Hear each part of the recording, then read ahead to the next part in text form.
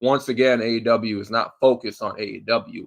AEW is focused on anything outside, everything that's outside of their company. More focus on backstage drama. And people really think AEW is going to move forward with all that drama. They're not going to. They're failing as a company. I don't want to see AEW fail. I want to see them succeed. I want to see them get better. I want to see them draw more. I want to see them fill up seats every single week, have a packed house like Raw, SmackDown, pay per views. I want to see AEW get to a point where they're doing stadiums every pay per view. Yeah, I want to see AEW get to that point. But this is not how we're going to get there. We're not going to get there by dream matches. Dream matches do not draw shit. No one cares about Will Ospreay versus Bryan Danielson. Why are they fighting one another? Why are they wrestling? To prove who's the best? Who cares? That's not going to draw nothing. That's not going to get people to want to watch. See, a blood feud is what turns that match into a dream match. Because if you got two guys that have never wrestled, but they have this beef with one another, something happened outside the ring or whatnot, you know, something occurred, whatever story they can come up with, I don't know. But there's a lot of animosity between these two wrestlers, all right? Like Shawn and Brett on the build up to WrestleMania 12. There was, they didn't touch one another, they didn't like wrestle each other leading up to the match. They never even had a match, right? No one was going to consider that a dream match unless there was real life tension. If there was a reason for them to have this match. There was a reason for Shawn and Brett to wrestle, right? It wasn't just to show who's the best. No, these two hated each other. There was some real life tension backstage with Brett and Shawn, disagreements, falling outs, and whatnot. There was no like respect being shown by Brett and Shawn. It was about it was about who is the best, but it was something more to that. It gave that feud something a little bit spicier. It gave it a little bit more oomph to it, right?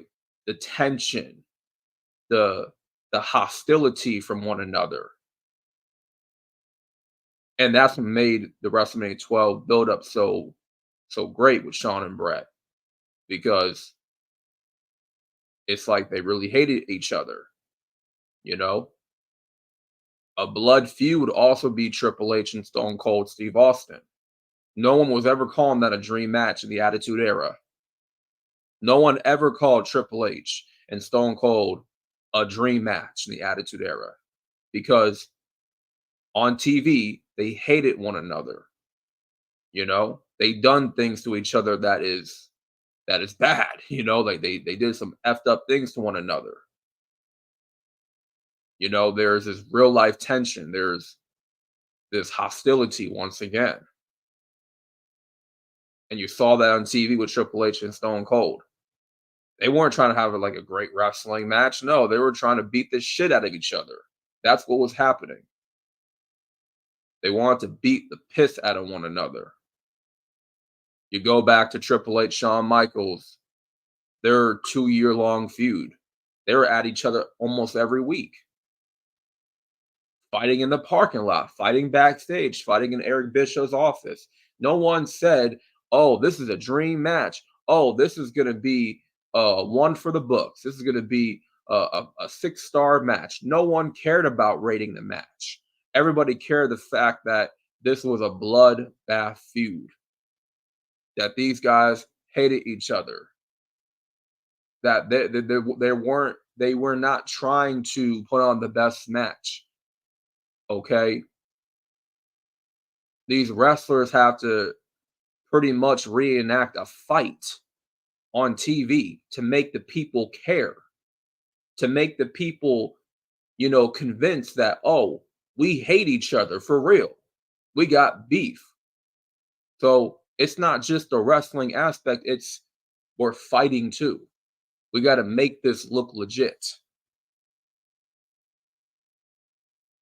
Brian Danielson, Will Ospreay, this is just presented to us as a dream match.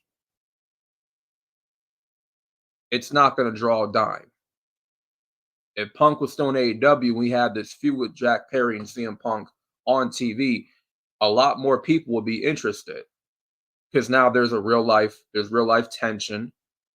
They're capitalizing off, their backstage scuffle. I can't call it a fight. It's like a little scuffle. It wasn't much of a fight. Okay. But this feud, if it were to happen in AEW, would definitely spike a rating.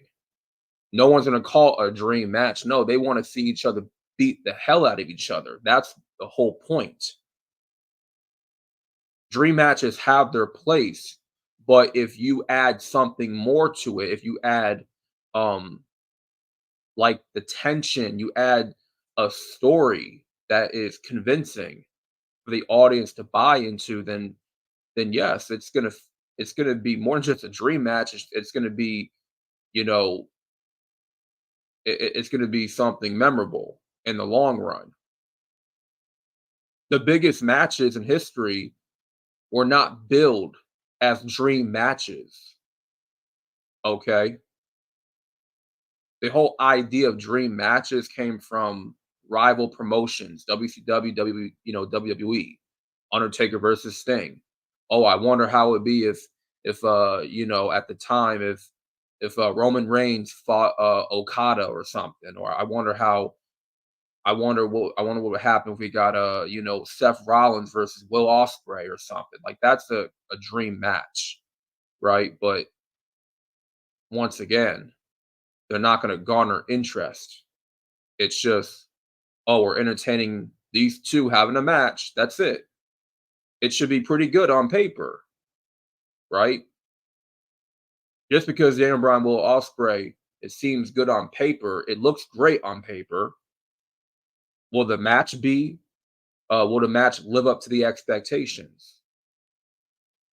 Because for AEW at this point, having dream matches is now just a norm. It's now just a norm. Having these 5-star, 6-star matches, it's just a norm. That's all we are to expect from AEW at this point.